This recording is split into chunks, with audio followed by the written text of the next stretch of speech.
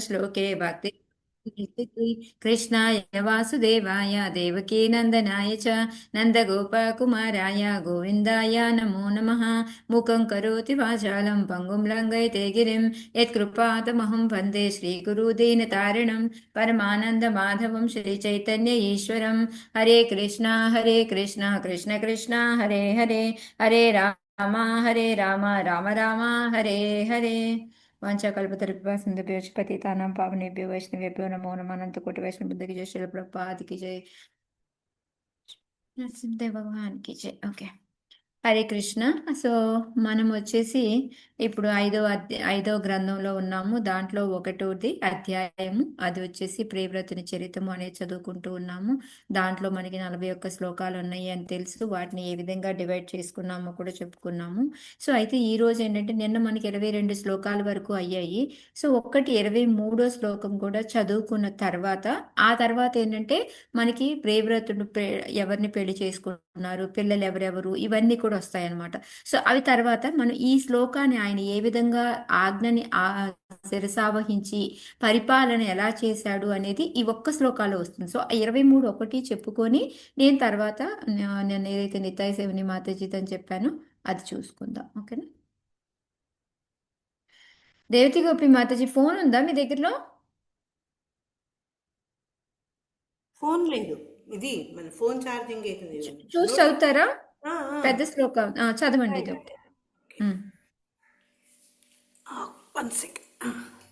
ఇతిహావావస జగదీపతిరీశ్వరేచ్చ యాది నివేశత కర్మాధికారః అఖిల జగద్బంధ ధ్వంసన పరానుభావస్య భగవత ఆదిపురుషస్యాంగ్రి యుగలా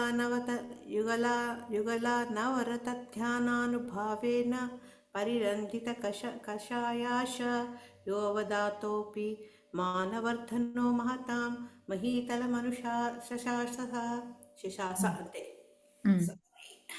దేవదేవుని ఆజ్ఞను అనుసరించి ప్రియవ్రతుడు ప్రాపంచిక వ్యవహారములలో పూర్తిగా నెలకొనినప్పటికీ సమస్త భౌతికాసక్తి నుండి ముక్తికి కారణమైనట్టి భగవత్ చరణారవిందములనే సదా తలపోసెను.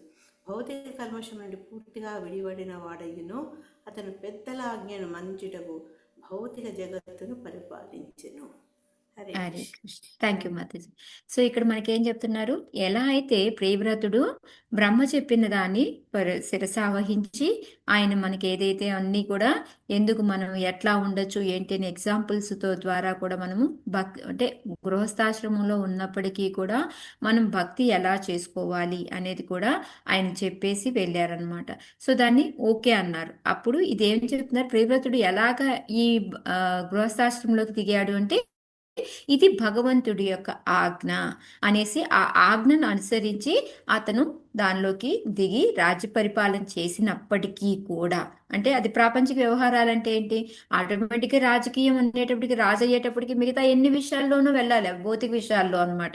అందుకని ప్రాపంచిక వ్యవహారాల్లో పూర్తిగా నెలకొన్నప్పటికీ కూడా ఆయనకి సమస్త భౌతిక ఆసక్తి నుండి ముక్తికి, సో అంటే ఆయన ఈ భౌతికంగా సంబంధించే ఆసక్తి, ఓ నేను రాజుని, నాకేంటి అనే అహంకారం కానీ, నేను ఏదైనా చెయ్యొచ్చు అనేది కానీ, నేను భక్తి ఎందుకు చెయ్యకపోయినా పర్వాలేదని కానీ అలా ఏమీ లేదు.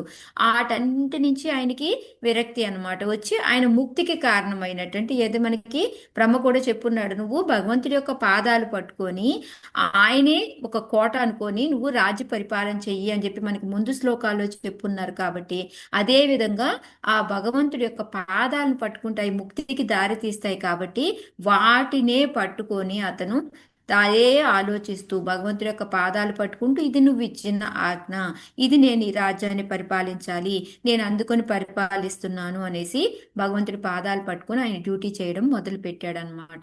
అంతేకాకుండా ఏంటి అంటే, అలా ఎప్పుడైతే మనం భగవంతుడి యొక్క పాదాలు పట్టుకొని మన కర్తవ్యం మనం చేస్తూ ఉంటామో, దాని ఫలితాన్ని ఆశించకుండా ఉంటామో, ఏం జరుగుతుంది అప్పుడు, మనం చిన్న చిన్నగా మనకి ఈ ఫలితాల మీద ఆసక్తి లేకపోతే మనకి ఆ భౌతిక కల్మషాలు అనేవి కూడా మనకి రావన్నమాట.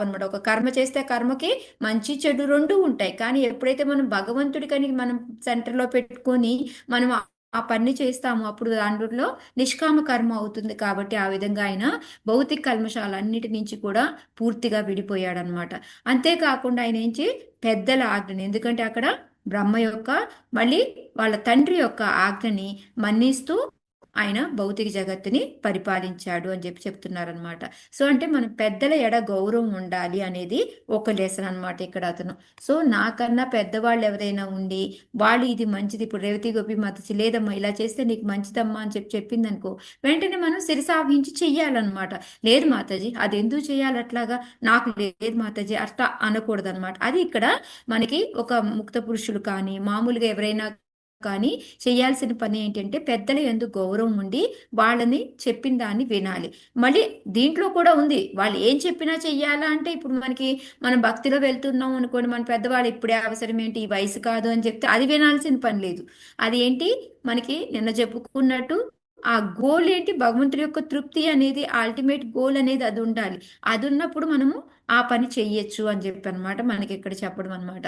సో అందుకని రాజ్యాన్ని పరిపాలించని బ్రహ్మదేవుడు చెప్పిన ఆయన ఆజ్ఞను శిరసావహించి ఆయన చేశాడు. సేమ్ అదే ఇక్కడ ఎగ్జాంపుల్ ప్రపాదులు వారు అర్జునుడు కూడా చెప్తున్నారు అనమాట. ఫస్ట్ అర్జునుడు ఏంటి, యుద్ధం చేయడం నాకు ఇష్టం లేదు, నాకు రాజ్యపాలన వద్దు, నేను భిక్షాటన చేసుకుంటాను అని అన్నాడు. కానీ ఎప్పుడైతే భగవంతుడంతా కూడా భగవద్గీత చెప్పిన తర్వాత లాస్ట్ లో తవశేఖర్ నువ్వేం చేయాలనుకుంటున్నావు అది చెయ్యి అంటే అప్పుడు ఏమన్నాడు, నువ్వేం చెప్పావు నేను చేయడానికి రెడీగా ఉన్నాను అని చెప్పి చెప్పారనమాట. సో అది ఇక్కడ మనకి ప్రపాదుల వారు ఎక్స్ప్లెయిన్ చేస్తూ ఉన్నారనమాట. ఎప్పుడైతే మనము భగవంతుడి యొక్క పాదాలు పట్టుకొని భగవంతుడు చెప్పింది వినుకుంటూ మనం ముందుకు వెళ్ళాము అంటే మనం ఈ భౌతిక కల్మషాలు అన్నిటి నుంచి కూడా బయటపడిపోతాము. అందుకే అన్నిటికన్నా అత్యుత్తమైన యోగం ఏంటి అంటే యోగినామపి సర్వేష మద్గతేనాంతర, భగవంతుడిని మన లోపల ఎప్పుడూ కూడా మనము తలుచుకుంటూ ఉండాలి. శ్రద్ధావాన్ భజతే యోమం బత్, శ్రద్ధతోటి భగవంతుడి యొక్క పూజ అన్ని కూడా చేస్తూ ఉండాలి. అదే నాకు చాలా దగ్గరగా ఉండే అతను అని చెప్పేసి భగవంతుడు మనకి లాస్ట్ లో 6th చాప్టర్ లో లాస్ట్ శ్లోక 47 శ్లోక చెప్తారనమాట. సో ఇక్కడ కూడా వాళ్ళే నాకు సన్నిహితంగా ఉంటారు, నా యోగంలో ఉన్న వాళ్ళు అవుతారు అని చెప్పేసి వాళ్ళు అత్యున్నతులు అని కూడా భగవంతుడు చెప్పున్నాడు అనమాట. సో ఈ విధంగా ప్రియవ్రతుడు కూడా అదే శ్రద్ధతోటి అదే పెద్దల యందు గౌరవంతో వాళ్ళ ఆదేశానుసారం వాళ్ళు ఏం చెప్పారో ఆ విధంగా ఆ మొత్తం విశ్వానికి కూడా చక్రవర్తి అయ్యి ఆయన పరిపాలించాడు అని చెప్పేసి ఇక్కడ మనకి ప్రపాదులు వారు చెప్తున్నారు. ఇంకోటి ఏంటి అంటే మనకి భాగవతంలో వస్తుంది అనమాట 6th చాప్టర్లో, నారాయణ పరయ సర్వే నకు తశ్యతి బిభ్యతి స్వర్గాపవర్గ నరకేషు తుల్య అపితుల్యార్థ దర్శన. అంటే ఏంటంటే మనం భగవంతుడి యొక్క ఆజ్ఞని నిర్వహింపగలిగితే ఏంటంటే మనం నిజంగా భక్తిలో ముందుకెళ్ళినట్టే, మనం దేనికి భయపడాల్సిన పని లేదు. నాకు ముక్తి దొరుకుతుందా లేదా, నాకేం జరుగుతుంది అని మనం భయపడాల్సిన పని లేదు. ఇది భగవంతుడి యొక్క ఆజ్ఞ. భగవంతుని ఎప్పుడూ తలుచుకుంటూ భక్తితో మనం గనక ఆ పని చేశాము అంటే మనం భయపడాల్సిన పని లేదు. ఎక్కడికి వెళ్తామో ఏంటా మన ఎండింగ్ ఏమవుతుందా ఇవన్నీ కూడా ఆలోచించాల్సిన పని లేదు అని చెప్పేసి మనకి ఈ శ్లోకాలు చెప్తూ ఉన్నారనమాట. సో ఇప్పుడు ఈ విధంగా ఏంటంటే మనం కూడా భౌతిక జగత్తులో ఉన్నప్పటికీ కూడా, అంటే మనం అనే కాదు, ఇప్పుడు మహారాజులు వీళ్ళందరూ కూడా ఇప్పుడు ఇందాక ఇప్పుడు మనం విఘ్న నరసింహ మహారాజు గురించి మాట్లాడుకుంటూ ఉన్నాము. వీళ్ళందరూ ఏంటంటే ఈ భౌతికంగా మనందరితోటి కలుస్తారు, అయినా సరే వాళ్ళ మెయిన్ అల్టిమేటం ఏంటి, వాళ్ళకి ప్రచారం అనమాట, భగవంతుడి యొక్క మహిమల్ని ప్రచారం చేయడంలో ఉంటారు. సో వాళ్ళకి ఏంటంటే ఇవన్నీ కూడా ఈ భౌతిక అంశాలన్నీ కూడా ఏమీ అంటవు అని చెప్పేసి సేమ్ మనమైనా ఆ స్టేజ్కి రావచ్చు అనేది మనకి ఇక్కడ ప్రపాదులు వారు చెప్తూ ఉన్నారనమాట. అయితే ఇప్పటి వరకు మనం చెప్పుకున్నాము, ఎప్పుడైతే ప్రియవ్రతుడు అక్కడ తపస్సు చేస్తూ ఉంటాడు, నారదుల వారి దగ్గర జ్ఞానం తీసుకొని అక్కడికి స్వయంభూ మనువు వస్తాడు. స్వయంభూ మనువు వచ్చేసి నన్ను రాజ్యాన్ని పరిపాలించడానికి రమ్మంటే ఈయన పరీక్షిత్ సారీ ప్రియవ్రతుడు నేను రాను అని అంటాడు. ఎందుకు ఆయన పిలవాల్సి వచ్చింది అంటే ఏదైతే ఆ ధ్రువుడి నుంచి తరం నుంచి వస్తూ ఉన్నారో దక్షుడు వచ్చున్నాడు. దక్షుడేంటి, నేను తపస్సు చేసుకోవడానికి వెళ్ళాలి అనేసి రాజ్యాన్ని అంగీకరించలేదు. సో ఇప్పుడు ఎవరున్నారా అని చూస్తే ప్రియవ్రతుడు తపస్సు చేసుకుంటూ ఉన్నాడు కదా అని ఆయన దగ్గరికి, ఆయన ఎక్కడ తపస్సు చేసుకుంటున్నాడు ప్రియవ్రతుడు? గంధమాదన పర్వతం గంధమాదన పర్వతమే చేసుకుంటున్నాడు. సో అక్కడికి ఆల్రెడీ నారదుడు ఆయన జ్ఞానం తీసుకుంటూ తపస్సు చేసుకుంటూ ఉన్నాడు. ఈలోగా స్వయంభూ మనువు వచ్చాడు, వినలేదు. అప్పుడు మళ్ళీ బ్రహ్మదేవుడి కిందకి రావడం, బ్రహ్మదేవుడు నేను చెప్తే వింటాడు అని చెప్పేసి ఆయన ఏంటంటే చక్కగా ఏం పర్వాలేదు, మేమందరమీ కూడా ఎలా అయితే స్వయంభూ నేను, శివుడు మీద, నారదుల వారు అందరం కూడా భగవంతుడి యొక్క ఆజ్ఞనే, మేమందరం కూడా భగవంతునిలోనే ఆధారపడి ఉన్నాము అనేసి. సో దీనికి ముందు పరీక్షిత్ మహారాజ్ ప్రశ్న అడుగుతారు ఫస్ట్ 4 అదే దానికి ఆన్సర్ గా ఇప్పుడు సుఖదేవ్ గోస్వామి చెప్పడం అన్నమాట. సో ఎట్లాగా ఏదైతే మనకి శ్రవణం స్మరణం ఇవన్నీ కూడా బాగా చేసుకుంటూ ఉంటే వాళ్ళకి ఎటువంటి డిస్టర్బెన్సెస్ ఉండవు అని చెప్పేసి. కానీ ఒక్కొక్కసారి డిస్టర్బెన్స్ వస్తాయి. అవి ఏ విధంగా 2 విధాలుగా జరుగుతుంది ఆ డిస్టర్బెన్స్ అనేది. ఏంటిది? ఏంటి అవి 2 విధాలు మనం పతనం చెందే ఛాన్సెస్? భగవదీచ్ఛ ఒకటేనా ఇంకోటి అంటే వైష్ణవుల్ని దూషించడం ఒకటి చెప్తారు. వైష్ణవ అపరాధం, రెండోది భగవంతుడి యొక్క ఇచ్ఛ. సో భగవంతుడు కావాలి అనుకుంటే మనల్ని అలాగా తీసుకెళ్లి కింద పడేస్తాడు అనమాట. సో లేదు అంటే మనం వైష్ణవుడి యొక్క అపరాధం చేస్తే కూడా ఈ విధంగా జరుగుతుంది అని చెప్పేసి. సో దానికి మనం ఎగ్జాంపుల్స్ అన్ని కూడా చాలా చెప్పుకున్నాం అనమాట. ఆ తర్వాత ఏంటి అంటే బ్రహ్మ వచ్చేసి బ్రహ్మ ఏం చెప్తాడు అంటే మేమందరమే కూడా భగవంతుడి యొక్క ఆజ్ఞలోనే ఉన్నాము, భగవంతుడి మీదే ఆధారపడి ఉన్నాము అని చెప్పేసి చెప్పుకుంటాడు అనమాట. ఇంకా తర్వాత ఇంకా ఏంటంటే మనకి మన ఏమంటారు మన ఏది జన్మ తీసుకుంటాము, మన సుఖాలు దుఃఖాలు ఇవన్నీ కూడా భగవంతుడి మీదే ఆధారపడి ఉంటాయి. బట్ కానీ దానికి మన కర్మానుసారం కూడా అకార్డింగ్ టు మన కర్మే, కానీ దానికి కూడా ఏంటంటే భగవంతుడి యొక్క ఆజ్ఞ ద్వారానే మనము ఈ శరీరంలో వెళ్ళాలి, ఇవి తీసుకోవాలి అని చెప్తూ దానికి ఎగ్జాంపుల్స్ గా ఏంటి అంటే ఈ ఎలా అయితే మనకి ఒక వృషభం ఎద్దు ఉంటుందో ఆ ఎద్దు కనుక కట్టిపడేసి ఉంటుంటే ఎలా అయితే ఆ ఓనర్ చెప్తాడో దాని ప్రకారమే వెళ్ళాలో, అదే విధంగా ఏంటి అంటే భగవంతుడు ఏం డిసైడ్ చేస్తాడో దాని ప్రకారమే మనము నడుచుకుంటూ ఉండాలి అని చెప్పేసి చెప్తారనమాట. ఇంకో ఎగ్జాంపుల్ కూడా మనం తీసుకోవచ్చు. ఎలా అంటే ఇప్పుడు మనం దున్నేవాడు ఉంటాడు అనుకోండి, పొలం ఎవరితో? ఓనర్ది. దున్నేవాడు ఇల్లు పొలం తీసుకుంటాడు. ఎలా పడితే అలా దున్నొచ్చా అతను? నా ఇష్టం వచ్చినా నేను దున్నేస్తానంటే కుదిరిద్దా? ఎవరి పర్మిషన్ తీసుకోవాలి, ఎలా దున్నాలి, ఏం చేయాలి అన్న? పర్మిషన్ తీసుకోవాలి. అద్దెంట్లో ఉంటున్నాను నేను, నా ఇష్టం వచ్చినట్టు ఇల్లు నేను చేసుకుంటాను అంటే కుదురుతుందా? నేను ఇలా చేద్దాం అనుకుంటున్నాను అని ఎవరి పర్మిషన్ తీసుకోవాలి? ఓనర్ పర్మిషన్ తీసుకోవాలి. అలాగే మనం భగవంతుడు ఏం చెబితే అదే మనం వినాలి అని కూడా అక్కడ ప్రియవ్రతుడికి బ్రహ్మ చెప్తాడనమాట. సో ఈ విధంగా చెప్పిన తర్వాత అతను ఇంకా ఏ బ్రహ్మ ఇతను ఏమంటాడంటే, మరి నేనైతే నార్మల్ అతన్ని కాదు కదా, నేను ముక్త పురుషులాగా ఎప్పటి నుంచో నేను భక్తి చేసుకుంటూ ఉన్నాను కదా, మరి ముక్త పురుషుల సంగతి ఏంటి అని అడిగితే అప్పుడు ఏం చెప్తాడు బ్రహ్మ?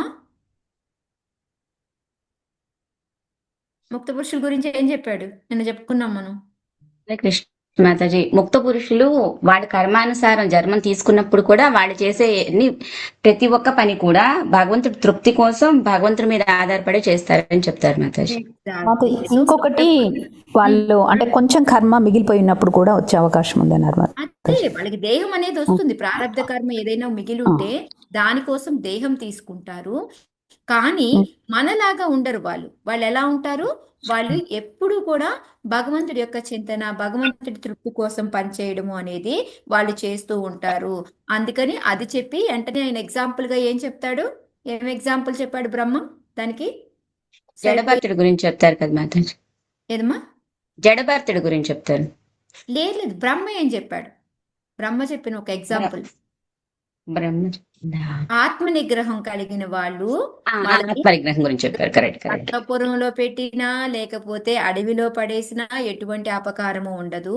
కానీ ఎప్పుడైతే ఈ ఆత్మ నిగ్రహం అని లేకుండా ఉంటారో వాళ్ళని తీసుకెళ్లి అడవిలో పడేసినా కూడా వాళ్ళు పతనం అవుతారు, చెడు అనేది జరుగుతుంది, వాళ్ళకి పతనం చెందే అవకాశం ఉంటుంది అనేసి మనకి ఎవరు అంటే 6 పత్నులు అనేది. 6 పత్నులు ఎవరు? పంచ జ్ఞానేంద్రియాలు, మనసు. సో ఈ 6 పత్నులతో మనం నివసిస్తున్నప్పటికీ కూడా మనము ఎప్పుడూ కూడా వాటిని మన కంట్రోల్లో పెట్టుకోవాలన్నమాట. సో అందుకని ఈ ఇంద్రియాలను దేంతో పోల్చారు? ఇంద్రియము మైండ్ని దేంతో పోల్చారు? ఏ జంతువుతో పోల్చారు? పాముతో పోల్చారు.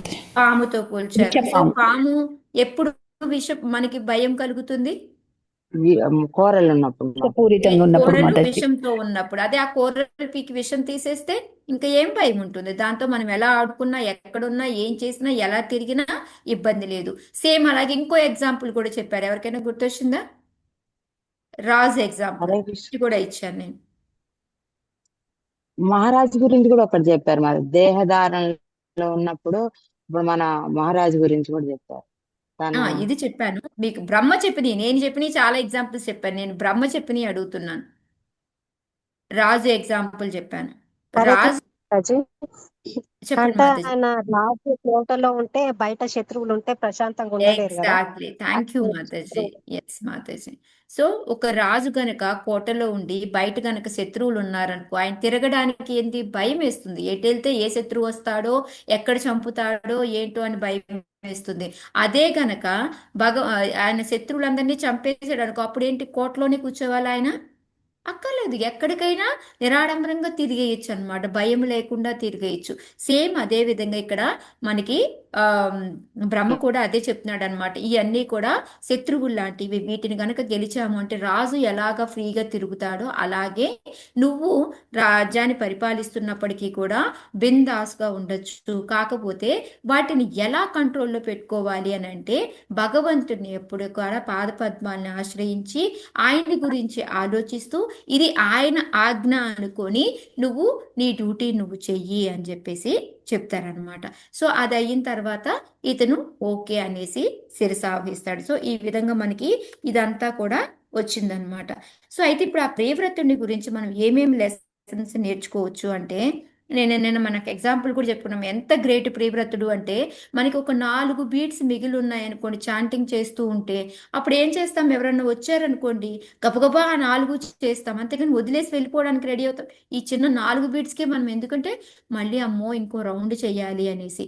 కానీ ఇక్కడ చూడండి అతను ఎంత గొప్ప ప్రియవ్రతుడు, ఎన్న ఏళ్ళు కూడా చేసిన భక్తినంతా కూడా వదిలేసి ఎప్పుడైతే పెద్దలు చెప్పారో ఇది భగవంతుడి ఆజ్ఞ అన్నారో వెంటనే అన్నీ వదిలేసి వచ్చేసి అతను పెట్టుకున్నాడు అనమాట. అందుకనే ప్రియవ్రత అని పేరు విన్నారు అంటే ప్రియ వ్రతం అంటే ఆయనకి ప్రియమైన వ్రతాన్ని అలా ఏంటి చిన్న మనం ఏదో ఒక చిన్న చెత్తను పడేసి వచ్చినట్టుగా దాన్ని అలా వదిలేసేసి వెంటనే రాజ్యాన్ని పరిపాలించడానికి బ్రహ్మ చెప్పాడు అని వచ్చాడు కదా. ఆ ప్రియవ్రత అనే పేరే చూడండి, ప్రియ వ్రత, దాన్ని ఈజీగా వదిలేసి ఆయన వచ్చేసాడు అనమాట. సో అందుకని అది మాతాజీ అది చెప్తాను, ప్రియవ్రత పేరులోనే ఎంత బాగుందో చూడండి అని. ఆయన అలా వదిలేసి అట్లా ఆ విధంగా వచ్చారు కాబట్టి ఆయన ఇప్పుడు భాగవతంలో బైజీల్లో ఉండడము మనం నేర్చుకుంటున్నాము ఆయన నుంచి అని కూడా మాతాజీ చెప్పారు. ఇంకోటి ఏంటి అంటే మెయిన్గా ఈ మనకేంటంటే మోహం అనేది, ఎందుకంటే మనం ఇప్పుడు ఆ చాంటింగ్ పీరియడ్ని మనం వదలలేము ఆ 4, ఎందుకంటే అమ్మో నేను మళ్ళీ చేయాలి అని దాన్ని అలాగ పట్టుకొని ఆ 4 నెట్లో పట్ల, లేదా వాళ్ళు ఇంకేదైనా పని చెప్తూ ఉన్నారనుకోండి ఈ బీడ్ని మనం వదలం, ఈ చేత్తో ఇలాగే పట్టుకుంటాము, ఈ లెఫ్ట్ హ్యాండ్తో ఆ రండి కూర్చోండి మంచినీళ్ళు కూడా ఈ గ్లాస్ చేత్తోనే వేయడము ఇవన్నీ కూడా చేస్తూ ఉంటాం అనమాట. సో అలాగే ఏంటంటే ఆయనకి అంత అటాచ్మెంట్ దాని మీద లేనే లేదు అని కూడా మాత చెప్తున్నారంటే ఆ దేని మీదైనా కూడా అన్నిటి మీద కూడా ఆయనకి ఆసక్తి అనేది లేకుండా విరక్తి అనేది ఉంది కాబట్టి అంత ఈజీగా ఆయన వదిలేసి వెళ్ళగలిగాడు అనేసి. సో ఇందులో మనకి ఒకటి అది. రెండో లెసన్ ఏంటి అంటే ఈ ఆయన పెద్దలు చెప్పిన దాన్ని ఎవరైతే ఉన్నారో దాన్ని నమ్రతతోటి శిరసావహించాడు. వెంటనే ఎలాగంటే ఇప్పుడు ఏంటంట, నేను రాకపోతే ఏంటంట, రాజు అనేవాడు లేడా, అదా ఇదే అని లేకుండా నమ్రతతోటి తల ఏమైనాడు దించుకొని చెప్పాడు, సరే నేను శిరసావహించడానికి రెడీగా ఉన్నాను అని తలకాయ దించుకొని చెప్పాడు. కానీ ఓకే చెప్పారు కదా రాజ్యం పరిపాలించాలి అంతేనా, నేను పరిపాలిస్తానులే అని అలా చెప్పలేదన్నమాట. సో ఎందుకంటే ఆయన ఆ నమ్రత అనే దాంతో చక్కగా వాళ్ళు చెప్పిన దాన్ని విన్నాడనమాట, అది మెయిన్గా. సో మనకేంటంటే ఆ రాజ్యాన్ని రాజుని అనడాన్ని కూడా భగవంతుడి సేవకే వినియోగించుకున్నాడు. ఓకే, అది ఇంద్రియ తృప్తికి నాకేదో ఒక పెద్ద పదవి వస్తుంది అహంకారము ఇవన్నీ లేకుండా ఆ ప్లాట్ఫామ్ కూడా, అంటే ఏది ఇచ్చినా అది ఎలాంటిదైనా సరే ఇది సేవకే ఉపయోగించాలి. ఓకే రాజ్యాన్ని ఇచ్చి నన్ను రాజుగా నిలబెట్టినా నాదేంటి భగవంతుడి తృప్తిపరచడం, భగవంతుడికి సేవకి. దీన్ని కూడా భగవంతుడి సేవలోనే ఉపయోగించుకుంటాను. ఆ రోజు మనం చెప్పుకున్నట్టు చిన్న చెక్క ముక్క, అది చూస్తే ముందు వాల్యూ లేదు. ఇప్పుడు దాన్ని రథం చేస్తే ఎంచక్క 2.5 feet రథం, ఇంత పెద్ద రథం తయారైంది. రేపు మీకు ఫొటోస్ పెడతాను నేను. సో ఆల్రెడీ అది శృంగారం రెడీ అవుతుంది అనమాట రథం. ఇప్పుడు దాని డెకరేషన్ జరుగుతుంది. సో అలాగా ఇప్పుడు దానికి ఆ చెక్క ముక్క విడిగా ఉంటే వాల్యూనే లేదు. ఇప్పుడు దాన్ని తీసుకెళ్ళి మనం దండం పెట్టుకునే వాల్యూకి వచ్చింది అనమాట. సో ఆ విధంగా ఆ రాజ్యాన్ని కూడాను భగవంతుడి సేవలో ఆయన ఉపయోగించుకుంటున్నాడు అనమాట. ఓకేలే నేను చేస్తాలే అని ఒక అహంకారం అనేది లేకుండా నమ్రతతోటి చెప్పుకున్నాడు అనమాట. ఇంకోటి ఏంటి అంటే మనకి ఆధ్యాత్మికమైన సంబంధం. ఇప్పుడు భగవంతుడితోటి మనకి సంబంధం ఏర్పడింది అనుకోండి, మిగతా వాళ్ళందరినీ వదిలేయాలని కాదు, యాక్చువల్గా ఇంకా రెస్పాన్సిబిలిటీ పెరుగుతుంది. ఇప్పుడు రేవతి గోపి మాతాజీ ఉందనుకోండి, ఇప్పుడు మాతాజీ రెస్పాన్సిబిలిటీ యాక్చువల్గా మనందరికన్నా ఎక్కువ ఉంటుంది. ఎందుకంటారు? ఎందుకుంటుంది మాతాజీకి రెస్పాన్సిబిలిటీ ఎక్కువ మనకన్నా? అందరికన్నా మేధలైన పోస్ట్ లో ఉన్నారు కదా మాతాజీ. అదే అదొక్కటేనా, ఇంకా ఏంటి? ఆ మనకు అదే మీ కన్నా బాగా ఆవిడకి ఇందులో జ్ఞానం ఉంది. ఉంది మాతాజీ, బట్ రెస్పాన్సిబిలిటీ ఎందుకు ఎక్కువైంది? మాతాజీ సీనియరు, జ్ఞానం ఎక్కువ ఉంది, అన్నీ ఓకే, బట్ రెస్పాన్సిబిలిటీ ఎందుకు ఎక్కువైంది? ఆధ్యాత్మికత పెరిగే కొద్దీ రెస్పాన్సిబిలిటీ ఎందుకు ఎక్కువ అవుతుంది? మనల్ని అందరినీ ఒక దారిలో పెట్టాలి, మనకు పాఠాలు చెప్పాలి, ఇవన్నీ చేయాలి, మళ్ళీ ఇంటి దగ్గర అవన్నీ అంటే కంప్లీట్ చేసుకోవాలి. మనకి ఒక రోల్ మోడల్ గా ఉండాలి. మాతాజీ ఏంటి, ఏ పని చేసినా వెనకాల మనందరికీ ఏమి లెసన్ నేర్చుకుంటున్నారు, ఏం చేస్తున్నారు అనేది మాతాజీ అది ఎప్పుడు కేర్ఫుల్ గా ఉండాలన్నమాట. సో అందుకోసమని, ఎందుకంటే వెంటనే ఏం చెప్తారు మాతాజీ చెప్పేవారు ఇంతకు ముందు ఏంటంటే, ఇప్పుడు మాకు శిక్ష ఇక్కడ టీమ్ ఈ దామోదర్ దేశ్ లీడర్ మాతాజీ ఉన్నారనమాట. సో ఆ మాతాజీ ఎప్పుడైనా ఏదైనా తప్పు మాట్లాడింది అనుకోండి, అది వెంటనే ఏముంటుంది, అది పెద్ద హాట్ టాపిక్ అయిపోతుంది. ఇప్పుడు నేను ఏదైనా కొంచెం తప్పు మాట్లాడిన, ఓకే మాతాజీ తెలిసి తెలియక మన, కానీ ఆ స్టేజ్లో ఉండి మాతాజీ అలా ఎలా మాట్లాడింది, అయ్యో అలాగమ్మా అట్లా వాళ్ళు మాట్లాడితే ఏమవుతుంది, తేడా వెంటనే వచ్చేస్తుంది అనమాట. సో ఆ విధంగా ఏంటి అంటే మన రెస్పాన్సిబిలిటీస్ పెరుగుతాయి అన్నమాట. మనకి ఇంకా ఎప్పుడైతే మనం ఆధ్యాత్మికంగా అటాచ్మెంట్ పెరుగుతూ పోతుందో, అంటే నాకు భగవంతుడు ఒక్కడే చాలు, ఇంకా నేను చుట్టూతో ఉన్న వాళ్ళని పట్టించుకోను, భగవంతుడు తప్ప నాకు ఇంకేమీ వద్దు అంటే అలా కుదరదు. ఓన్లీ భగవంతుడే కాదు, చుట్టూతో ఉన్న వాళ్ళని కూడా పట్టించుకోవాలి, వాళ్ళందరినీ కూడా భక్తిలోకి తీసుకురావాలి. ఇంత సన్యాసం మాతాజీ అన్నట్టు మనందరినీ కూడా తీసుకుంటూ పోవాలన్నమాట. సో అందువల్ల ఏమవుతుంది అంటే మనకి వాళ్ళకి బాధ్యత అనేది ఇంకా పెరుగుతూ ఉంటుందన్నమాట. సో వాళ్ళు ఏంటంటే ఓన్లీ వాళ్ళు భగవంతుడే కాకుండా భగవంతుడితో పాటు వాళ్ళ చుట్టూతో ఉన్న వాళ్ళందరినీ కూడా తీసుకోవాల్సి వస్తూ ఉంటుందన్నమాట. సో మనకి సోల్, మన ఆత్మ భగవంతుడితోటి రిలేషన్ కాబట్టి నా నిత్య ధర్మ నేను దీని వరకే చేస్తాను అంటే అది కుదరదు అనమాట.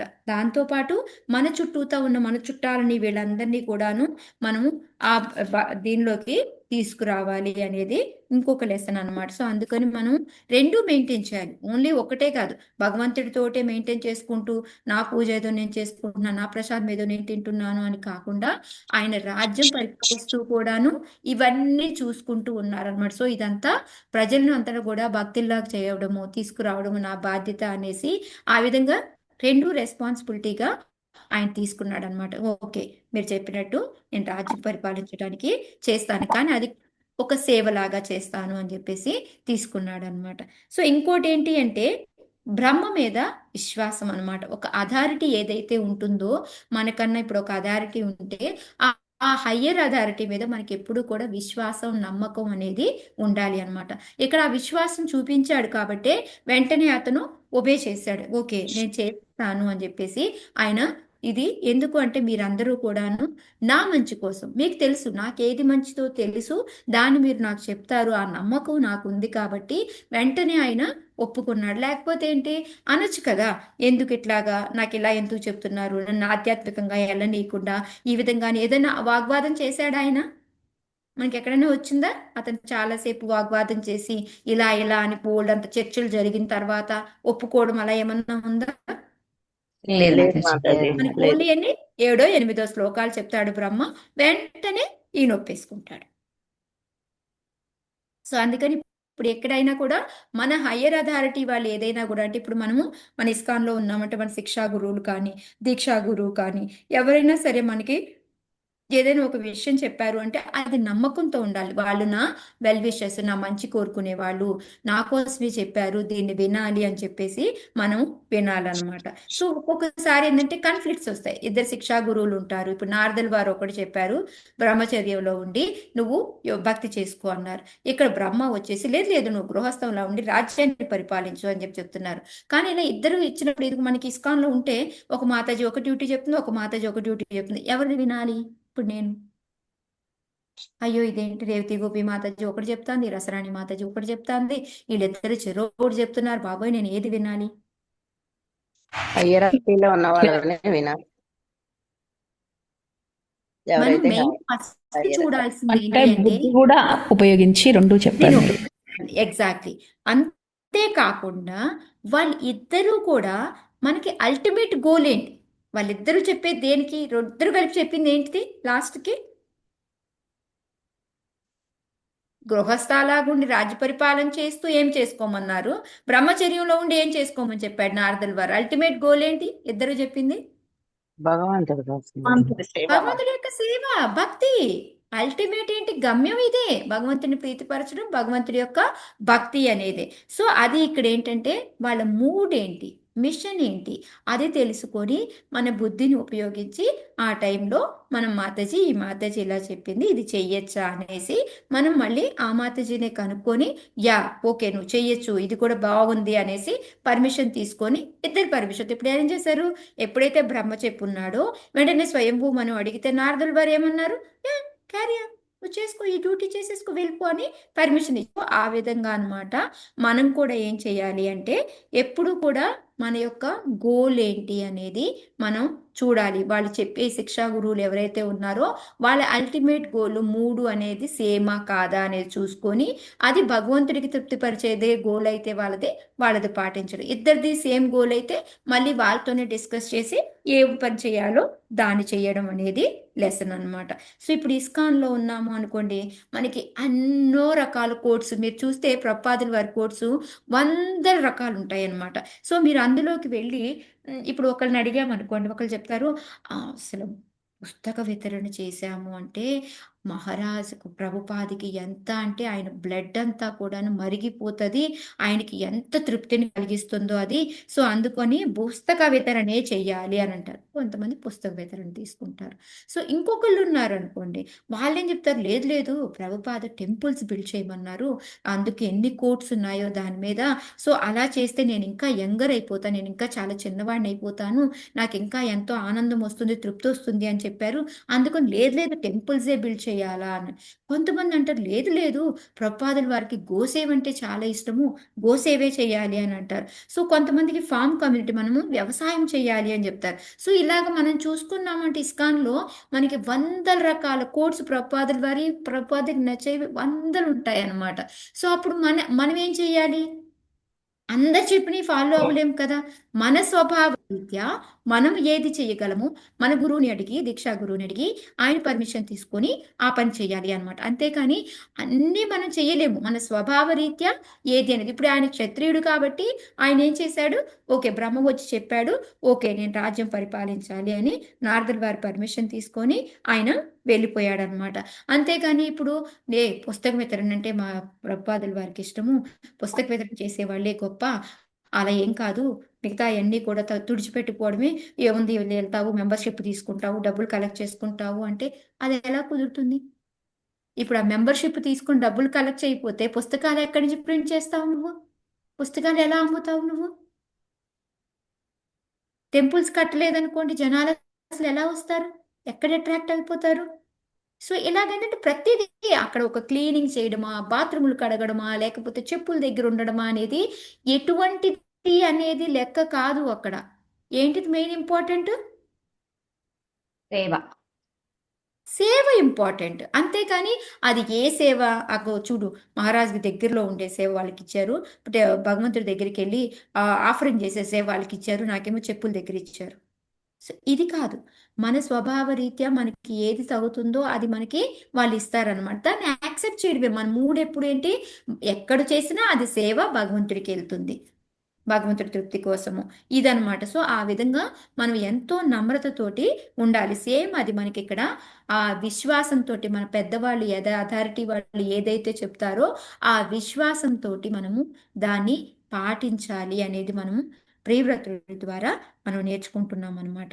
ఓకే, మనకి ఆ ఏమంటారు ఈ ఈ ఏమంటారు ఈ నమ్రత, ఈ హ్యూమిలిటీ ఏమంటారు, ఇంకా ఇంకా ఏమంటారు మాతాజీ పేర్లు వాటికి?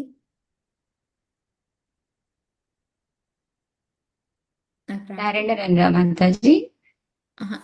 అదే మనం ఒదిగి ఉండడం, వినమ్రత, వినమ్రంగా ఉండండి. వినమ్రత వచ్చింది, వినమ్రత. సో ఈ విధంగా ఏంటంటే ఓపిక మాతాజీ, ఓపిక, ఓపిక ఉండడం, ఓపిక, పేషెన్స్ పేషెన్స్. కదా మాతాజీ, పేషెన్స్. ఇది అంటే మనం అణిగి ఒదిగి ఉంటాం మాతాజీ, మనకి ఎక్కడ అహంకారం లేకుండా ఒదిగి మనము ఆ పని చేయడము అన్నమాట. ఓకే, సో అప్పుడు మనం చూడండి, ఇప్పుడు మనం చాంటింగ్ చేసుకుంటున్నాము, భగవద్గీత భాగవతం చదువుకుంటున్నాము, అయినా సరే మనలో నమ్రత వినమ్రత అనేది రాలేదు అంటే కారణం ఏంటంటారు?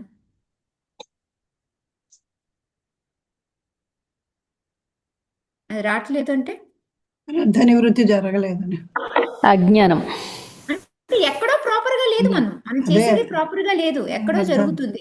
సో ఇప్పుడు నేను ఒక కుక్కర్లో కుక్కర్లో ఏదైనా వండడానికి పెట్టాను అనుకోండి, 4-5 విజిల్స్ వచ్చాక ఆపాను అనుకోండి, ఆపితే అది ఓపెన్ చేశాక ఉడకలేదు, అప్పుడు ఏం చేస్తాను నేను?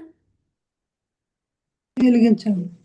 మళ్ళీ రిపీట్ చేయాలి మాతాజీ, మళ్ళీ వాటర్ మళ్ళీ వేసి పెట్టి మళ్ళీ 2-3 విజిల్స్ తెప్పిస్తాను. సేమ్ అంతే, మనకి ఇంకా మార్పు రాలేదు అంటే ఇంకా ఎక్కువ చేయాలి దాన్ని, ఇంకా ఎక్కువ చాంటింగ్, ఇంకా ఎక్కువ చదవడం, ఇంకా ఎక్కువ చేయాలన్నమాట.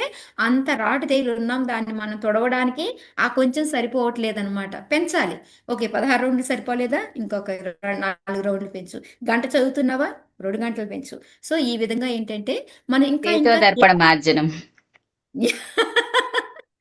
యా, సో ఆ విధంగా ఏంటంటే మన ప్రాక్టీస్ అనేది మనము చేస్తూ ఉండాలి, అది రావడానికి. అని ఏదైతే ప్రియవ్రత చేస్తూ ఉన్నాడో అది రావడానికి మనం ఏం చేయాలి అనేది కూడా మనకి చెప్తూ ఉన్నారనమాట. మూడోది, అక్కడ ఎక్కడా కూడా ఆయన ఆర్గ్యూ చేయలేదు, నేను ఎందుకు ఇలా చెయ్యాలి ఎలాగనేసి, నేను చెయ్యను పోండి అనేసి వదిలేసి పోవడం కానీ అట్లా ఏమీ చేయకుండా సబ్మిసివ్గా ఆయన సాదరంగా ఒప్పుకున్నాడు అనమాట.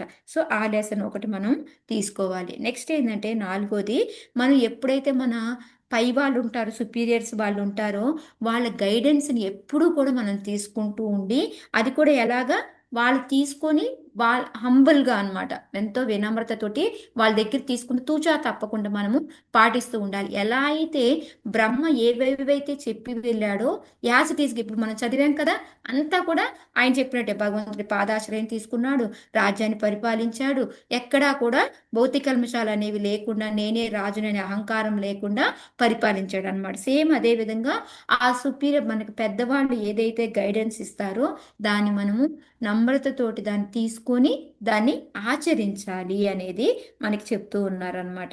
సో దీనికి ఎగ్జాంపుల్గా మాతాజీ ఒక ఎగ్జాంపుల్ చెప్పారు. ఏంటంటే ఒక మాతాజీ అంట ఉదయాన్నే 2:30కి లేస్తారంట. ఇది మాతాజీ దగ్గర జరిగిందే అనమాట ఇది. సో 32 రౌండ్లు చేస్తారంట. ఆమె లేస్తుందంట, స్నానం చేస్తుంది, బట్టలు తొక్కుంటుంది, చాంటింగ్ చేసుకుంటుంది, భగవంతు ప్రసాదం చేస్తుంది.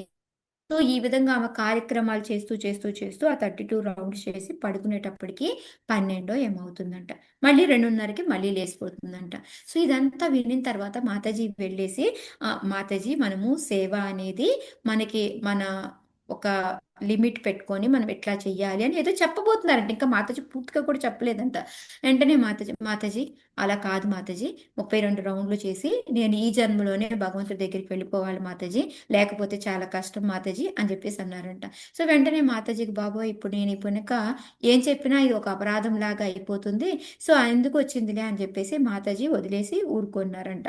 సరే మాతాజీ మీ ఇష్టం, మీకు ఎంత ఒప్పుకుంటే అంత చేసుకోండి అని చెప్పేసి వెళ్ళిపోయారంట. సో ఇంకొన్ని రోజులకి ఏమైపోయింది, మాతాజీకి అంత చేసి చేసి నిద్ర అనేది లేకుండా ప్రాపర్గా ఆరోగ్యం పాడైపోయి మొత్తానికి 32 రౌండ్లే కాదు, అసలు 16 రౌండ్లు చేయడమే కష్టమైపోయింది. సో ఇప్పుడు అందుకనే హయ్యర్ అథారిటీని మనం ఎలాగా ఎందుకు చెప్తారు, మన మంచి కోసం. నాకు సుభాషిణి చెప్తూ ఉంటుంది, మాతాజీ మీరు 3:30కి లేవకండి, మీ బాడీ ఎప్పుడన్నా చెప్తే నిద్రపోండి అని చెప్పి చెప్తూ ఉంటుంది అనమాట. సో ఆమెకు తెలుసు మన ఆరోగ్యం ఎట్లా ఉంది ఏంటి తెలుసు, కాబట్టి ఇప్పుడు తను చెప్పింది నేను వినాలి, అంతేగాని సుభాషిణి పడుకోమని, నేను పడుకుంటే ఎట్లా కుదిరిద్ది అనేసి ఎప్పుడు పడితే అప్పుడు లేచి నాకు సరిగ్గా నిద్ర లేకుండా పోయింది అనుకోండి, రేపు నా పరిస్థితి ఇదే అవుతుంది అనమాట. సో అందుకని మనకి ఎవరైనా ఒక హయ్యర్ అథారిటీ ఏదైనా చెబితే నమ్రతతోటి మనం విని ఆచరించాలి అని ఆ ఎగ్జాంపుల్ చెప్పారనమాట. సో ఇంకోటి ఏంటి అంటే ఇక్కడ మనకి బ్రహ్మ చెప్పింది ఏంటి, గృహస్థిలాగే ఉండు కానీ గృహమేది అవ్వకు. ఎందుకంటే ఆ ఇంద్రియాల్లోకి అటాచ్మెంట్ అయిపోయి ఆ పని చెయ్యకు అని చెప్పారనమాట. సో అందుకని ఏంటంటే మనము ఎప్పుడు కూడా ఆసక్తితోటి భగవంతుడి మీద ఆసక్తి ఉండాలి, ఇంద్రియాల మీద విరక్తి ఉండాలి, మిగతా భౌతిక వాటి మీద విరక్తితోటి ఉండి మనం ఆధ్యాత్మిక ప్రపంచాన్ని ఆధ్యాత్మికతని మనం లీడ్ చేయాలన్నమాట. సో అది ఇక్కడ మనకి మెయిన్గా ఇంపార్టెంట్గా ప్రేవ్రత కూడా నేర్పుతుంది ఏంటి అంటే ఆయన 11,000 కోట్ల సంవత్సరాలు పరిపాలిస్తాడు. పరిపాలించినప్పటికీ కూడా ఇదే ఫాలో అయ్యాడనమాట. అందుకని మనం ఏంటి అంటే మనం అంటే మనం వాటిలో ఉన్నప్పటికీ కూడా మనం ఏంటంటే దాంతో అటాచ్ అయ్యాను. ఇప్పుడు నేను ఈ ఇంట్లో ఉన్నాను, మనుషులు, నా పిల్లలు, నా హస్బెండ్, వీళ్ళన్నిటితో అటాచ్మెంట్ ఎక్కువ పెంచుకోకూడదు. ఎంతవరకు ఉండాలో అంతవరకు ఉంటూ నేను ముందుకు వెళ్ళాలన్నమాట. సో దానికి ఒక ఎగ్జాంపుల్ మాతాజీ చెప్తూ వచ్చారు, నాకు చాలా బాగా నచ్చింది ఎగ్జాంపుల్ కూడా. సో ఏంటి అంటే ఒక ఇద్దరు గురువు దగ్గర సన్యాసం తీసుకుంటారనమాట. బ్రహ్మచారి కూడా అనుకోవచ్చు, ఓకే వాళ్ళు సన్యాసం తీసుకున్నారో తెలియదు. సో వాళ్ళకి ఏంటంటే కాషాయం రంగు బట్టలు అవి చేసి మీరు ఇక్కడి నుంచి ఆడవాళ్ళని ముట్టుకోకూడదు, ఆడవాళ్ళ జోలికి వెళ్ళకూడదు అని చెప్తారనమాట. సో ఆ తర్వాత ఏంటంటే వాళ్ళు ఇలాగా అన్ని ప్రదేశాలు తిరుగుతూ వెళ్తూ ఉంటారనమాట. అలా వెళ్తూ ఉంటే ఒక చోట ఏంటంటే ఒక నదిని దాటడానికి ఒక లేడీ ప్రెగ్నెంట్తో ఉంటుంది అనమాట. ఆమె చాలా ఇబ్బంది పడుతూ ఉంటుంది. సో అతను అందులో ఉన్న ఒక పెద్ద అతను అనమాట, ఇద్దరు శిష్యుల్లో అతను ఏంటంటే అమ్మరా నేను దాటించేస్తాను నేను తీసుకొని అని చెప్పేసి ఆమెను ఎత్తుకొని ఆమెను దాటించేస్తాడనమాట. అయితే ఈ రెండు అతను ఏంటి, మన గురువు నిన్ను ముట్టుకోవద్దన్నాడు, మన గురువు నిన్ను ముట్టుకోవద్దన్నాడు, నువ్వు అసలు ఎలా ముట్టుకుంటావు, నువ్వు అట్లా ఎట్లా చేసావు అని దారి పొడుగుతా అంటానే ఉన్నాడు. చివరికి వాళ్ళు మొత్తం అంతా తిరిగేసి మళ్ళీ వాళ్ళు ఆశ్రమానికి వెళ్ళిన దాకా కూడా ఇదే తంతనమాట, నువ్వు అలా ఎలాగా అని చెప్పేసి అతను అంటూనే ఉన్నాడనమాట. సో ఈ విధంగా అయిపోయిన తర్వాత అతను చెప్తాడనమాట, ఆ పెద్ద అతను అంటాడు, ఈ ఇంకొక అతను ఏమన్నా ఎత్తుకున్న అతను కాకుండా ఈ పక్క అతను అంటూనే ఉన్నాడు కదా, నేనేం లేదు ఈ గురువుకి వెళ్ళి కంప్లైంట్ చేస్తాను నీ మీద, నువ్వు ఇట్లా అందరూ కూడా దారి పొడుగుతా కూడా అందరికీ సన్యాసి అయినా కూడా ఇలా ముట్టుకున్నాడు, సన్యాసి అయినా కూడా ఇలా ఆడడం ముట్టుకున్నాడు అని చెప్తూ వచ్చాడనమాట. సో అప్పుడు ఇంటికి వచ్చిన తర్వాత గురువుకి చెప్తాను అన్నప్పుడు ఇతను చెప్తాడనమాట, ఒక్కటి చెప్తాను, ఇప్పుడు నేను ఆమెను ఎత్తుకున్నాను, దాటించేశాను, మర్చి కూడా పోయాను, నువ్వు ఇప్పటిదాకా మోస్తూనే ఉన్నావు. మోస్తానే ఉన్నాడు మాతాజీ. అదే థాట్ లో ఉన్నాడు. ఆ అమ్మాయిని ఎత్తుకున్నావు, అమ్మాయిని ఎత్తుకున్నావు, అమ్మాయిని ముట్టుకోకూడదు, అమ్మాయిని ముట్టుకోకూడదు. సో అదే థాట్ లో. సో నువ్వు మనసులో పెట్టుకుని దాన్ని క్యారీ అవుతూ వచ్చావు, నేను ఆ డ్యూటీ చేసి అది వదిలేయడం కూడా అయిపోయింది. సో మెయిన్ ఇదనమాట, ప్రియవ్రత చేసింది ఏంటి అంటే రాజ్యాన్ని పరిపాలిస్తున్నప్పటికీ కూడా అది రాజ్యాన్ని ఎలా పరిపాలించాలో అలా పరిపాలించాడు తప్ప నేను రాజ్యాన్ని పరిపాలిస్తాను, నేను రాజుని దాంతో అటాచ్మెంట్ పెట్టుకోలేదు. సో ఆయన బరువు మోస్తున్నాను అనుకొని మోయట్లేదు, ఇది నాకు భగవంతుడు ఇచ్చింది, నేను ఈ పని చెయ్యాలి అనమాట. సో అది మాతాజీ ఇక్కడ మనకి చెప్పారనమాట. నాకు ఈ ఎగ్జాంపుల్ చాలా నచ్చింది, ఎందుకంటే మనం ఎక్కువగా ఈ పనే చేస్తూ ఉంటాం. ఎవరన్నా ఏమన్నా అన్నారనుకో దాన్ని పట్టుకొని వేలాడుతూ ఉంటాము.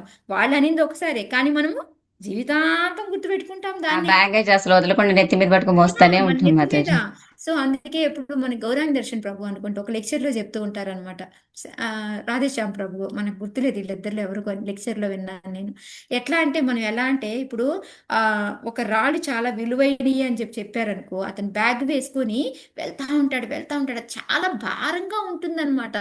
అయినా సరే అమ్మో ఇవి ఇంపార్టెంట్ అని మోసుకొని పోతా ఉంటాడు. సో ఇంకెప్పుడుకో చాలా దూరం వెళ్ళిన తర్వాత ఇంకా నా వల్ల కాక ఆ బ్యాగ్ని మొత్తం తీసి పడేసిన తర్వాత చాలా హ్యాపీగా నడుచుకుంటూ వెళ్ళిపోతాడు అనమాట ముందుకి. సో అలాగేంటంటే మనం అనవసరమైన బ్యాగేజ్ ఇంపార్టెంటే, కానీ దాన్ని అంత అనవసరంగా మోసుకొని వెళ్ళాల్సిన పని లేదు. అవసరం లేనప్పుడు మనకి భారం అనిపించినప్పుడు దాన్ని పడేయాలి, అంతేగాని వాటిని లోపలే మోసుకుంటూ అన్నిటినీ ఉన్నాం అనుకోండి మనం ముందుకు వెళ్ళలేమన్నమాట. సో అది ఇక్కడ మాతాజీ చెప్తూ ఉన్నారనమాట.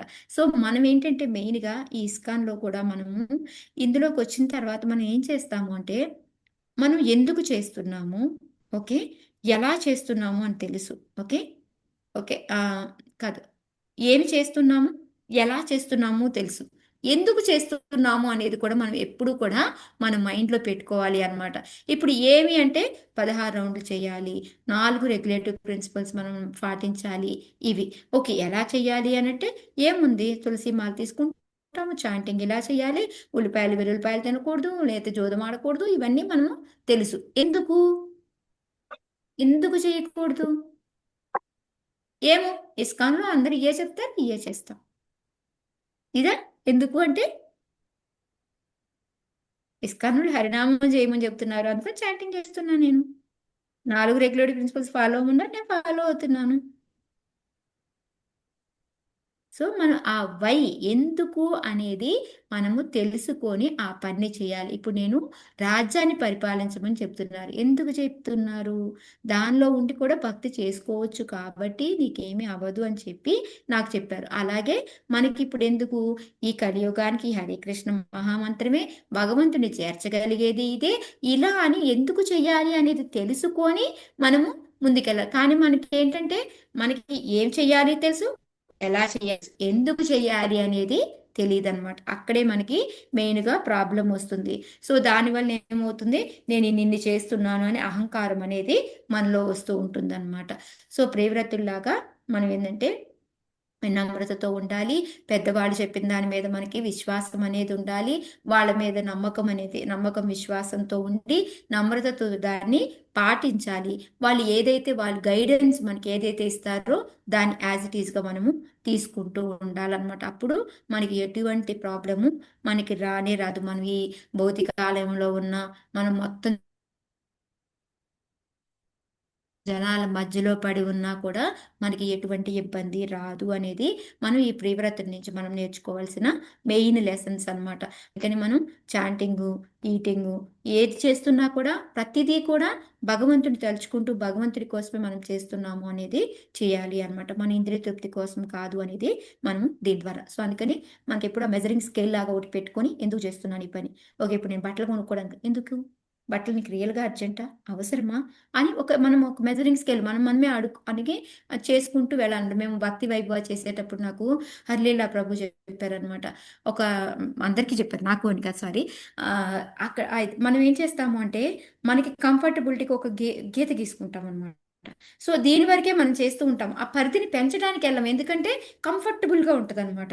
కానీ మనం ఎంతసేపటికి ఏంటంటే కంఫర్టబుల్ని దాటి ఇంకొంచెం సర్కిల్ పెద్దది చేసుకొని అప్పుడు ఇప్పుడు నేను ఓకే నాకు టైం లేదు అని అంటారు. సో ఆ టైం లేదు అన్నప్పుడు ఎక్కడ టైం సరిపోవట్లేదు, నీకు ఏం చేస్తుంటే సరిపోవట్లేదు, దాన్ని ఒక మెజరింగ్ స్కేల్, దీనివల్ల నాకేమైనా ఉపయోగం ఉందా? ఇప్పుడు నేను చూస్తా ఉంటాను, ఇది లెసన్ చదువుతా ఒక లెక్చర్ వింటా ఉంటాను, మధ్యలో ఒక కాల్ వస్తుంది, కాల్ మాట్లాడతాను, కానీ ఎక్కువ మాట్లాడుతూ ఉన్నారనుకో దీనివల్ల నాకు ఉపయోగం ఉందా? సో ఓకే మాతాజీ మీకు ఆ విషయం అయిపోయింది కదా అని వెంటనే కట్ చేయొచ్చు. కానీ ఏం చేస్తాం మనం, వాళ్ళు మాట్లాడుతున్నారు బాగోదేమో అని ఎక్కువసేపు మాట్లాడేస్తాం. సో దానివల్ల ఏంటి, అప్పుడు మెజరింగ్ అనమాట, దీనివల్ల నాకేంటి ఉపయోగం, మనం మెజరింగ్ చేసుకుంటే అప్పుడు మనకి ఆటోమేటిక్గా టైం కనపడుతుంది, మనం ఎక్స్టెండ్ చేసుకుంటాం. లేకపోతే మనం ఎప్పటికీ కూడా ఆధ్యాత్మికంగా ముందుకెళ్ళలేము.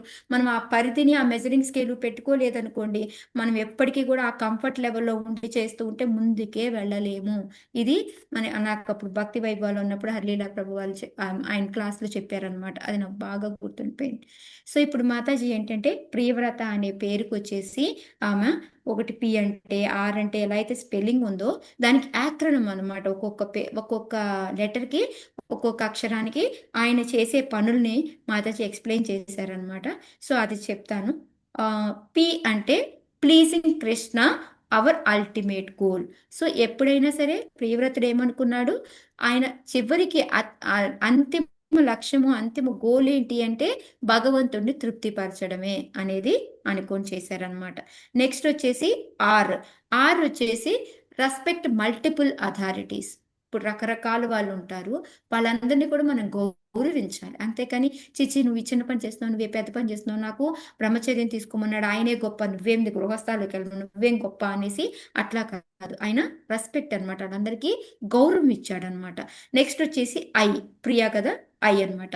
ఇంటిగ్రిటీ ఇన్ సేవ, నెవర్ ఓమ్నిఫైస్ ఆన్ యువర్ వాల్యూస్. అంటే అది సేవతోటి తీసుకొని ఇప్పుడు ఆ రాజ్యాన్ని పరిపాలించడం అనేది ఏంటి అంటే ఆయన సేవ కింద తీసుకున్నాడు తప్ప దాని ఓకే నాకు దీనివలన పేరు ప్రతిష్ట ప్రతిష్టలు వస్తాయి, పెరుగుతాయి అనేసి ఆ విధంగా ఆయన తీసుకోలేదన్నమాట. ఓకే. నెక్స్ట్ వచ్చేసి వై. వై అంటే healed humbly on higher authorities. దాని నుంచి మనం చెప్పుకున్నాం నమ్రతతోటి అని వాళ్ళు ఏదైతే చెప్పారో దాన్ని నమ్రతతో విని శిరస వహించాడు అనమాట. అది. నెక్స్ట్ వచ్చేసి వి అన్నమాట. Value all form of services. అది ఎటువంటి సేవ అయినా సరే, అది గృహస్థాన, భక్త్యా, లేకపోతే క్లీనింగా, ఏంటిదా అనేది కాకుండా అది ఎటువంటిదైనా సరే దానికి వాల్యూ ఇవ్వాలన్నమాట. అది ఎందుకంటే భగవంతుడి యొక్క సేవ అనుకొని దానికి వాల్యూ ఇవ్వాలి. నన్ను రాజ్యం పరిపాలించడం కన్నా భక్తి చాలా గొప్పది, నేను దీనికి రాను, నేను చెయ్యను అని అనకుండా వాల్యూ ఇచ్చాడు అనమాట. ఏదైనా కూడా అది భగవంతుడి యొక్క సేవే అనుకొని ఆయన దానికి వాల్యూ ఇచ్చాడు అనమాట. Hare next Krishna Mataji, sorry. చెప్పండి. వై తర్వాత ఏ చెప్పారా ప్రియా? అథారిటీ నో ఓకే, చెప్పలేదు Mataji. Authority no competition Mataji. అంటే ఇప్పుడు ఈ ఇద్దరు అథారిటీలు ఉంటే వాళ్ళిద్దరు కూడా నారదుల వారు బ్రహ్మ ఇలాగా కొట్టుకున్నారా, వీళ్ళు గొప్ప వాళ్ళు గొప్ప అని కొట్టుకోలేదు కదా వాళ్ళు. ఓకే, బ్రహ్మ చెప్పిందని నారదుడు కూడా ఓకే అగ్రి చేసేసి పంపించేశాడు కదా. సో ఆ విధంగా అనమాట. వాళ్ళకి ఏంటంటే అథారిటీలో నో కాంపిటీషన్ అనమాట. ఈ కాంపిటీషన్ లాగా చెప్పి తీసుకుంటున్నారు అని ఆయన అనుకోలేదు. ఇద్దరు కూడా నా మంచి కోసమే చెప్తున్నారు అని అనుకున్నాడు అనమాట. అది. ఓకే. వి అంటే value all form of services అన్నమాట. నెక్స్ట్ ఆర్ వచ్చేసి రెనౌన్సియేషన్ ఇంటర్నల్లీ. మన ఊరికే పైకి మనము శుద్ధిగా ఉండడం సరిపోదు, లోపల కూడా మనము శుభ్రంగా అంటే ఆ సన్యాసం అనేది ఇప్పుడు మనం చూస్తాం బయటికి మనము మళ్ళీ అమ్మని ఒకసారి చెప్పండి మాతాజీ. ఏది మాతాజీ? ఆరా renunciation internally okay, thank you. అంటే మనం అంతర్గతంగా కూడా అంటే కొంతమంది బయటికి యాక్ట్ చేస్తారు, లోపల అమ్మో ఎప్పుడెప్పుడు తిందామా, ఎప్పుడెప్పుడు చేద్దామా అని లోపల ఉంటుంది, బయటికి మాత్రం లేదమ్మా మేము అసలు తినము, మేము ముట్టుకోమమ్మా, మేము చేయమమ్మా అంటారు. వాళ్ళందరూ వెళ్ళిపోయినట్టు లోపల గుబ్బు గుబ్బు గుబ్బు తినేస్తుంటాం అనమాట. సో ఇలా ఇంటర్నల్ గా కూడా అది ఉండాలన్నమాట. ఆయన ఎందుకంటే ఆయన ఇంద్రియాలని ఆయన కంట్రోల్, అదే 6 వైఫ్స్ అని చెప్తున్నాం కదా, ఆ విధంగా ఆయన వాటన్నిటినీ కూడా సన్యాసి అంటే వాటి మీద కంట్రోల్లో పెట్టుకున్నారనమాట. అదనమాట అక్కడ మైనింగ్. ఓకే. సో నెక్స్ట్ వచ్చేసి ఏ అనమాట. ఏ అంటే యాక్సెప్టెన్స్ లీడ్ టు అడ్వాన్స్. ఎప్పుడైతే మనము ఎదగాలి అని అనుకుంటామో మనం అప్పుడు పెద్దవాళ్ళు చెప్పిన దాన్ని మనం వినాలి అనమాట. ఎప్పుడంటే అలాంటి వాళ్ళది విన్నందువలన మనం ఇంకా ఎదుగుతామే తప్ప మనం కిందకి పడిపోము. అది ప్రియవ్రతుడు చేసి కూడా చూపించారు. ఆయన అలాగే గృహస్థాశ్రమంలో ఉండడము, పరిపాలించడము, ఆ తర్వాత మళ్ళీ భగవంతుడి దగ్గరికి వెళ్ళడము, ఇవన్నీ కూడా జరిగాయి కదా. సో అందుకని యాక్సెప్టెన్స్ అనేది ఏంటంటే మనల్ని అడ్వాన్స్మెంట్కి తీసుకెళ్తుంది అనేది చెప్తున్నారు అనమాట. టీ అంటే ట్రస్ట్ యువర్ వెల్ విషెస్. మన చుట్టుపక్కల ఉన్న వాళ్ళందరి మీద మన నమ్మకం అనేది ఉండాలి అనేది ట్రస్ట్ అన్నమాట. నెక్స్ట్ వచ్చేసి ఏ అన్నమాట. Align renunciation and administration. అంటే రాజ్యాన్ని ప్లస్ ఇటు భక్తిని రెండుని కూడా ఒకే లైన్లో తీసుకెళ్ళాడు అనమాట. ఒకటి ఎక్కువ ఒకటి తక్కువ కాకుండా పరిపాలిస్తూనే భక్తిని కూడా దాంతో అలైన్మెంట్ చేసుకుంటూ వెళ్ళాడు అనమాట ఈ విధంగా. సో మాతాజీ ఏంటంటే ఒక ఎగ్జాంపుల్ చెప్పారు, హయగ్రీవ్ ప్రభు అనమాట. ఎందుకంటే హయగ్రీవ్ ప్రభు ఒకసారి ఏమైందంటే ఆయనకి మిగతా వాళ్ళందరూ కూడా వచ్చారనమాట. వచ్చి ప్రభుపాదుల వారు మీకు ఈ టెంపుల్ డ్యూటీ ఇవ్వబోతున్నారు అంటే, బాబో ఈ టెంపుల్ డ్యూటీ వస్తే నా చాంటింగ్ జరగదు, నా రీడింగ్ జరగదు, ఏమీ జరగదు, ఏది ఏమైనా సరే నేను శ్రీల ప్రభుపాదికి నేను ఇంక ఈ డ్యూటీ చెయ్యను అని చెప్పేస్తాను, ఏమైనా సరే అని చెప్పేసి గట్టిగా అనుకుంటాడనమాట. అనుకుంటే అంతలోకే శ్రీల ప్రభుపాదుల వారు పిలుస్తున్నారు అని వస్తుంది అనమాట. చూడండి ఇప్పుడు నేను ఎలా చెప్పి నేను తప్పించుకొని వస్తానో చూడండి అని చెప్పి లోపలికి వెళ్తారనమాట.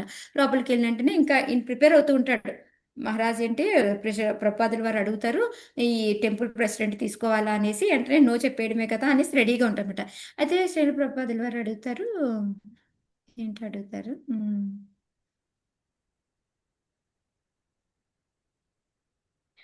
సన్యాసం తీసుకోమని అడుగుతారు. సన్యాసం తీసుకోమని అడుగుతారనమాట. అయ్యో మహారాజ్ నేను సన్యాసం ఎలా తీసుకోను, అసలు నాకేమొచ్చు, నేను ఇంకా ఏమీ రాదా, వాళ్ళు కూడా నన్ను సన్యాసం లేదు సన్యాసం తీసుకుంటావు, నువ్వు ఈజీగా సన్యాసం తీసుకొని అన్ని చోట్ల తిరిగి ప్రచారం చెయ్యి, ఏముంది నీకు, అది ఇది అని చెప్పి వాళ్ళిద్దరి మధ్యలో ఒక గంట వాదం జరుగుతుంది అనమాట. సరే ఇంక ప్రభుపాదులు వారు అంటారు, సరే ఓకే సన్యాసం తీసుకొని అంటున్నావు కదా, సరే అలా అయితే నువ్వు అట్లీస్ట్ ఈ టెంపుల్ ప్రెసిడెంట్ తీసుకో అంటే, ఓ మహారాజ్ హ్యాపీగా నేను తీసుకుంటాను దీన్ని, నీది నాకు అప్పచెప్పేయండి పర్వాలేదు అని చెప్పి దాన్ని తీసుకొని బయటకు వస్తాడనమాట. బయటకు వచ్చిన వెంటనే ఏమైంది అంటే, నన్ను టెంపుల్ ప్రెసిడెంట్ తీసుకోమన్నారు, నేను తీసుకున్నట్టు మరి ఇదే కదా ఇందాక అంటే, అంటే సన్యాసం మీద ఇది బెటర్ కదా అందుకని నేను ఇది ఒప్పుకొని వచ్చాను అని చెప్పి చెప్తా. అంటే మనం ఆ రెండింటిని కూడా బ్యాలెన్స్ చేసుకుంటూ వెళ్ళాలి. అది ప్రభుపాదుల వారికి తెలుసు ఎలా ఒప్పించాలో. సో అందుకని ఆ విధంగా హయ్యర్ దాన్ని అడిగి ఆయన ఈ విధంగా ఒప్పించి దీనిలోకి అనమాట. సో ఆ టెంపుల్ ప్రెసిడెంట్ చేసుకుంటూ కూడా మనం భక్తిని అలైన్మెంట్ చేసుకోవచ్చు అనేది ప్రియవ్రతుడు మనకి చేసి చూపించాడు అనేది దీన్ని ఎగ్జాంపుల్ చెప్పారనమాట. సో ఈ విధంగా ఏంటంటే మనకి జ్ఞానం ఉంటుంది, జ్ఞానంతో పాటు నమ్రత లేదు అనుకోండి, అది మనకి చాలా ఇబ్బందులు తెస్తుంది అని చెప్పేసి మాతాజీ చెప్తున్నారు. ఈయనకి జ్ఞానము ఉంది, నమ్రత ఉంది, మళ్ళీ పెద్దవాళ్ళ మీద విశ్వాసము ఉంది.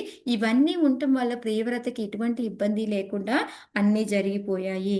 సో మనకి కూడా ఏంటంటే జ్ఞానం ఒక్కటే సరిపోదు, జ్ఞానంతో పాటు మనకి నమ్రత ఉండాలి. అప్పుడు మనకి రెస్పాన్సిబిలిటీ వస్తుంది అనమాట. సో అందుకని మనం ప్రాపర్ మూడ్ తోటి ఆ రెస్పాన్సిబిలిటీ తీసుకొని మనం చెయ్యాలి అని చెప్పి చెప్పారనమాట. సో జ్ఞానం ఉండి మనకి నమ్రత లేదనుకోండి, మనకి అహంకారం వస్తుంది, గర్వం వస్తుంది అని చెప్పారు. మనకి జ్ఞానం ఉంది, దయ అనేది లేదనుకోండి మనలో, లేకపోతే అప్పుడు ఏమంటే మనం జడ్జిమెంట్ చేస్తూ ఉంటాం. జడ్జిమెంట్ ఎలా అంటే ఇప్పుడు చూడండి, మనకి ఏమీ రాదు, మనం ఫస్ట్లో ఇస్కాన్లో చేరుతాము, అంతా చాలా బాగున్నారు, అబ్బా భలే చెప్తున్నారు, అరే మన రసరాణి మాతాజీ లెక్చర్ ఎంత బాగా చెప్పిందో అది ఇది అని చెప్తాము. బట్ కానీ మనకి కూడా కొంచెం జ్ఞానం వస్తుంది అనుకోండి, రసరాణి మాతాజీ ఓన్లీ కొన్ని ఎగ్జాంపుల్సే చెప్తుంది, అట్లా కాకుండా ఇంకా కొన్ని శ్లోకాస్ కోట్ చేస్తే ఇంకా బాగుండేదేమో అనేసి మనకేంటంటే కొంచెము ఆ దయ అది ఏమీ లేకపోతే ఏమవుతుందంటే మనం జడ్జి చేస్తూ ఉంటాం అనమాట. మనకి ముందు జ్ఞానం ఉన్నప్పటికీ కూడా మనకేంటంటే దాంట్లో దయ ఉంటే మనం అమ్మ మహారాజ్ చాలా బాగా చెప్పారు, మహారాజ్ ఏం చెప్పారు, ఇదంతా చైతన్య చరితామృతంలో ఉన్నదే, ఇంకేమన్నా కొత్త చెప్పొచ్చు కదా, అట్లా జడ్జిమెంట్ అనేది మనకి రాకూడదు అనమాట. ఎందుకంటే అది ఎప్పుడు మనకి దయ లేకపోతే, జ్ఞానం ఎక్కువ ఉంటే ఈ విధంగా వస్తుంది అని చెప్పేసి మాతాజీ చెప్తా ఉన్నారు అనమాట. నెక్స్ట్ ఏంటంటే సెల్ఫిష్నెస్. హలో చెప్పండి మాతాజీ.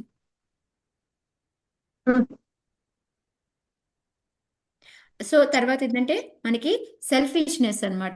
మనలో ఎప్పుడైతే లోపల మనకి ఏమంటారు దాన్ని, మనంతట మనమే మన గురించి ఆలోచించుకుంటూ ఉన్నాం అనుకోండి, అప్పుడు ఏమవుతుందంటే మనకి మ్యానిపులేషన్, ఎందుకంటే మన వాళ్ళకి అయ్యేలాగా చూడాలి, పక్క వాళ్ళకు మళ్ళీ ఫస్ట్ మన వాళ్ళకి ఇద్దాము. సో ఆ టైప్గా మనకి మ్యానిపులేషన్ అనేది వస్తుంది అని చెప్పారనమాట. నెక్స్ట్ ఏంటంటే మనకి జ్ఞానం ఉండి దాన్ని మనం ప్రాక్టీస్ చేయలేదనుకోండి, ప్రాక్టికల్ అప్లికేషన్ అనేది లేకపోయింది అనుకోండి, మనకి ఆనందం అనేది రానే రాదు, ఆధ్యాత్మికంగా ఎదగడం అనేది జరగదు అని చెప్పేసి చెప్తూ ఉన్నారనమాట. అందుకే ఇక్కడ ఎప్పుడు కూడా భక్తి వేదాంత అని అంటారు మనల్ని. ఎందుకు అంటే ఓన్లీ వేదాలు జ్ఞానం తెలుసుకోవడమే కాకుండా దాన్ని భక్తితో తెలుసుకోవాలి, భక్తితో అప్లై చేయాలి, అందుకని మనకి భక్తి వేదాంత అని చెప్పి అన్నారు అని చెప్పేసి.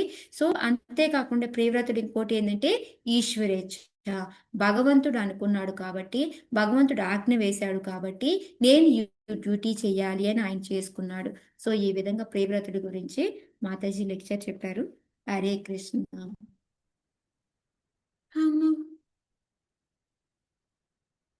మాతాజీ ఎందుకే ఏ భాషలో చెప్పారు మాతాజీ? ఇంగ్లీష్ హిందీలోనే చెప్పినట్టున్నారు. ఓకే, థ్యాంక్ యూ మాతాజీ, అద్భుతంగా ఉంది. అంటే ఎగ్జాంపుల్స్ తోటి కొంచెం మనకి చాలా తెలుసుకుంటాను. బాగుంది. రికార్డు పెట్టండి మాతాజీ. పెట్టింది నేను కోహోస్ట్ నుంచి తీసేస్తాను అప్పుడు.